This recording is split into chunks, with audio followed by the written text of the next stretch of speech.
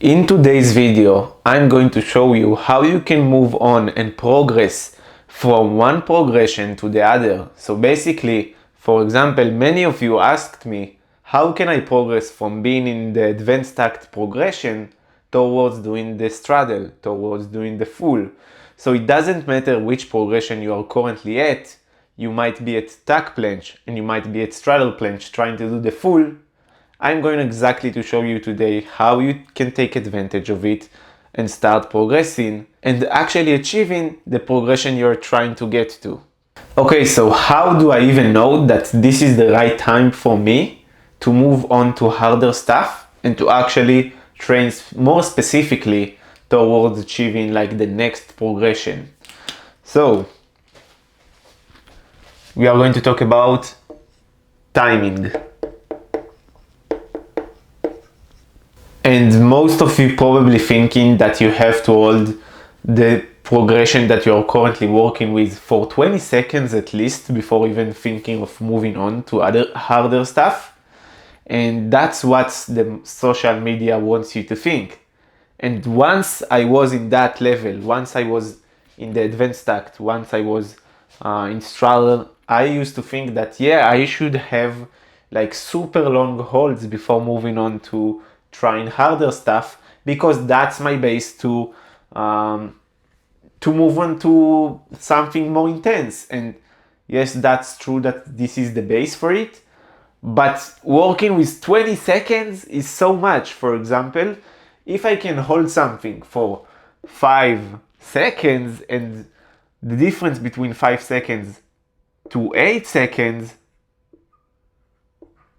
is huge. That's huge. That's maybe 3 seconds, but the difference of strength here is so different. Like it's almost 1.5 harder. But when you are going from 10 seconds of holds into 20 seconds, it's not that big of a gap, even though it's 2 times more hold. So basically, take 10 seconds difference. And why isn't it like a big difference in between them two? Because going from 10 to 20, it's not just more about like intensity, it's actually going into like the time under tension zone, where you are currently not working on intense stuff anymore. So doing this is not going to help you specifically towards achieving something more intense. And that's what we are looking for. We are not looking for to be the best in advanced act or maybe to be the best in straddle. We are looking for to do the full planche. So what reason should I be stuck in this phase forever and just increase my hold time in this particular progression? No one cares. Yeah, I'm good at advanced act. No, the goal is to actually go to the full planche as fast as possible. So stop wasting your time on this stuff instead of thinking ahead. Okay, so after we understood that 10 seconds is the right time to move on to harder stuff, we have to talk about the form. And yes, that's pretty obvious, but I have to say it that before moving on to harder stuff, the form has to be good. I'm not asking for perfect form, but please don't try something too hard for you if the form in the previous progression is not good enough.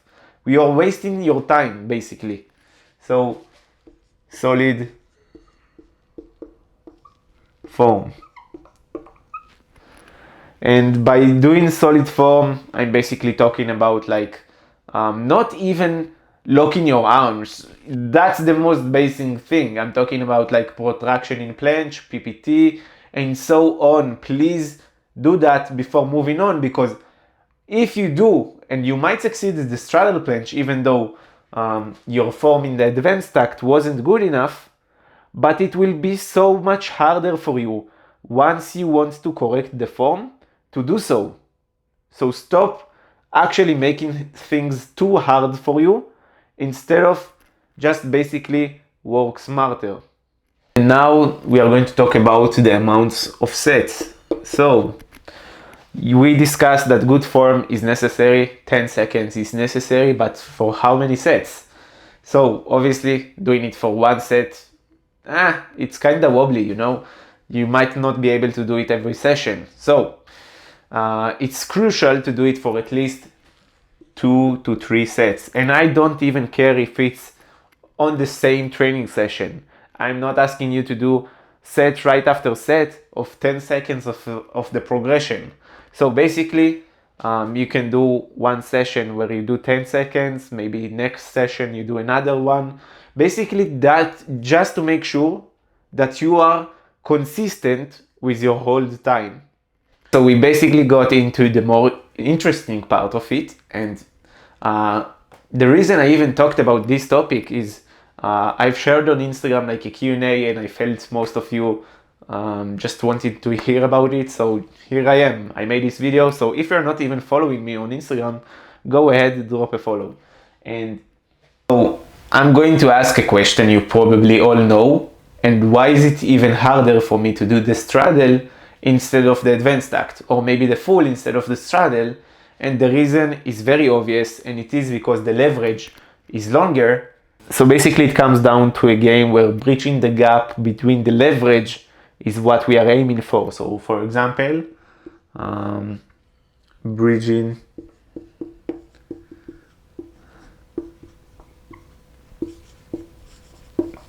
the gap. Okay, so how do I even do it? So the main goal is for me to extend from the body position that I am currently. For example, this is my planche currently, and I want to go into a more longer or more extension with my body, and that's what I'm aiming for. So how do I even do it? By bridging the gap little by little. And the first and most important thing you have to realize is attempts are your biggest friend here, but I'm not talking about like doing attempts every single workout, because this is not going to help you, and this is even going to hurt you, and you're not going to see any progress. So you just have to use attempts more wisely, and basically use it as a tool to progress faster. So because attempts is something very intense for you, and you are probably not even being able currently to do 3 seconds, you're doing 1 to 2 seconds, it's not enough time under tension for you to do it every single training session, and you're going to burn out your CNS very quickly. CNS, central nervous system. So CNS burn out. And we don't want to do it because CNS takes so much longer time to recover compared to your muscles, ligaments, and so on. But I'm not saying you don't have to use attempts, because this one is a game changer. This is probably the main priority, and that's why it is number 1. And how can I even bridge the gap again? Instead of just attempts, basically extending your body a little bit more, body extension. And body extension comes down to few things, because you have different ways to do so. And the most obvious one is bends. You're basically being in the leverage that you're looking to do, but simply with less weight. The bend doesn't decrease the leverage, it decreases your weight. So bends, and the second option is to do something in between your progressions. So basically it's mini progressions. So mini progression. And the third option for it is to do dynamic exercises.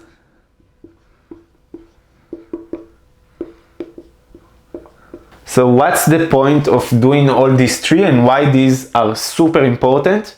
Because here I'm attacking the next progression with enough time under tension. And I just have to structure my training sessions correctly, so I will be able to progress faster towards it.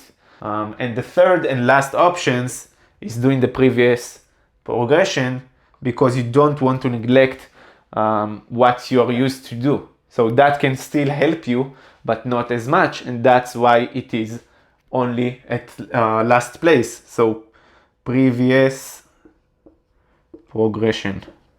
And I can't give you a full structure because every one of you is different, and I can't analyze basically everyone. So this is going to be like a guide, or I don't know, mini help on how you can structure and program your training plans. So basically you are working on intensity right here. So the first exercise is obviously going to be the most specific one for you and the most intense one. So basically, what can it be? Attempts.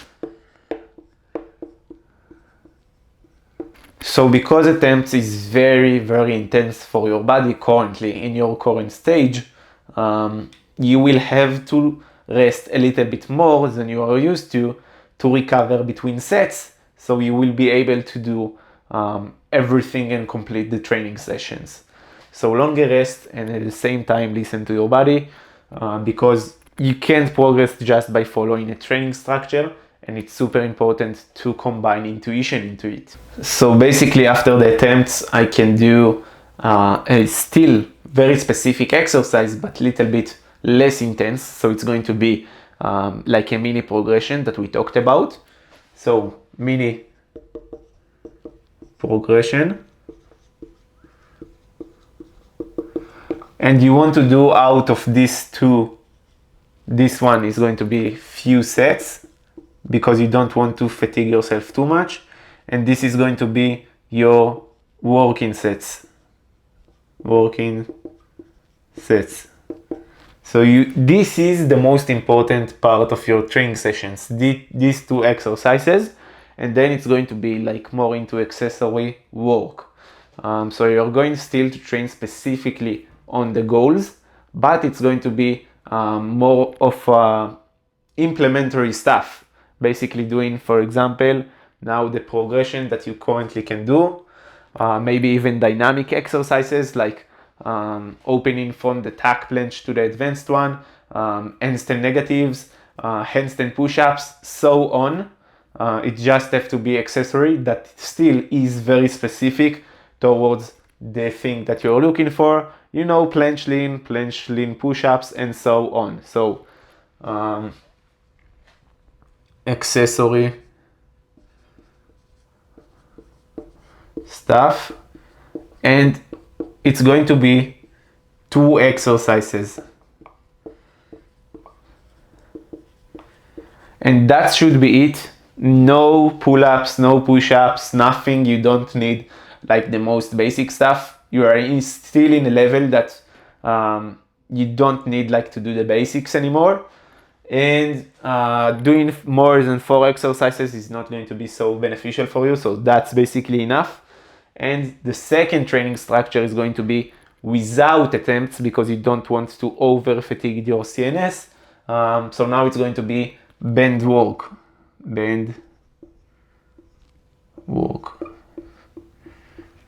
And because here I can do enough time under tension, I want to do here more sets than the rest of the training session. So for here it's going to be, I don't know, 4 sets, maybe 5. And then it can go into like a dynamic exercise that is going to still give me like the time under tension in the more intense stuff. So basically, if I'm talking about like I want to reach the straddle planche, then it can be straddle negatives, or maybe L-sit into a straddle. So I'm going to do L-sit into straddle. And then it's going to be again, like a more accessory stuff, you know, progressions, and so on. Yeah, basically, and the main priority is to still combine with the training structure, hearing what your body says, because it's not just about the training program, it's also listening to your body. And if you enjoyed the video, leave a like. And I'm also doing online coaching. So if you want to progress faster and gain the right knowledge for you to start seeing real progress, you can send me a message on Instagram. See ya.